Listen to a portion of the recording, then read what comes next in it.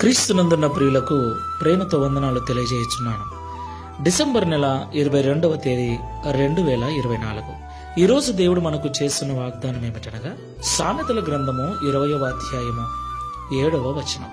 యథార్థ వర్తనుడగు నీతిమంతుని పిల్లలు వాని తదనంతరము ధన్యులగుదురు. ఆమేన్.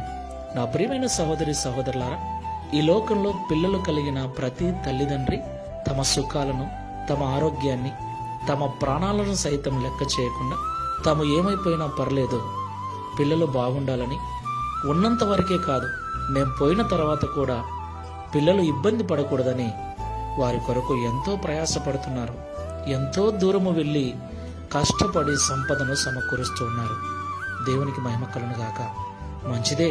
అయితే మనం వారి కొరకు పడే కష్టము, మనము వారి కొరకు సమకూర్చే సంపద యథార్థమైన జీవితం కలిగి నీతితో సంపాదించినదైతే మనం ఉన్నప్పుడే కాదు, మనం పోయిన తర్వాత కూడా పిల్లలు క్షేమంగా జీవిస్తారు.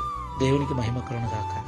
అయితే చాలా మంది తల్లిదండ్రులు యథార్థతను వదిలి, నీతిని వదిలి అన్యాయంగా, అక్రమంగా మోసాలు చేస్తూ, లంచాలు తీసుకుంటూ, అబద్ధాలాడుతూ, ఎవడు ఏమైపోయినా పర్లేదు, నేను నా కుటుంబం బాగుండాలి, నా పిల్లలు ఏ కొరత లేకుండా జీవించాలని రకరకాల పాపిష్టి పనులు చేస్తూ సంపదను పిల్లల కొరకు సమకూరుస్తున్నాడు.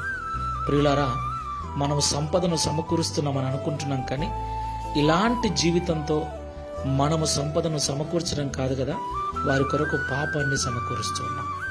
మనమున్నప్పుడే కాదు, ఒకవేళ మనమున్నప్పుడు వారు బాగుంటారేమో, కానీ మనం పోయిన తర్వాత వారి జీవితం పతనమైపోతుంది. కాబట్టి పిల్లలు కలిగిన తల్లిదండ్రులమైన మనము యథార్థమైన జీవితాన్ని, నీతివంతమైన జీవితాన్ని జీవిస్తూ కాస్త కూడబెట్టినా సరే పిల్లలు మనం పోయిన తర్వాత కూడా క్షేమంగా జీవిస్తారు. ఒకసారి పరిశీలన చేసుకొని ప్రార్థన చేసుకో. ప్రేమ స్వరూపుడా, పరిశుద్ధుడా, మీకు వందనాలు.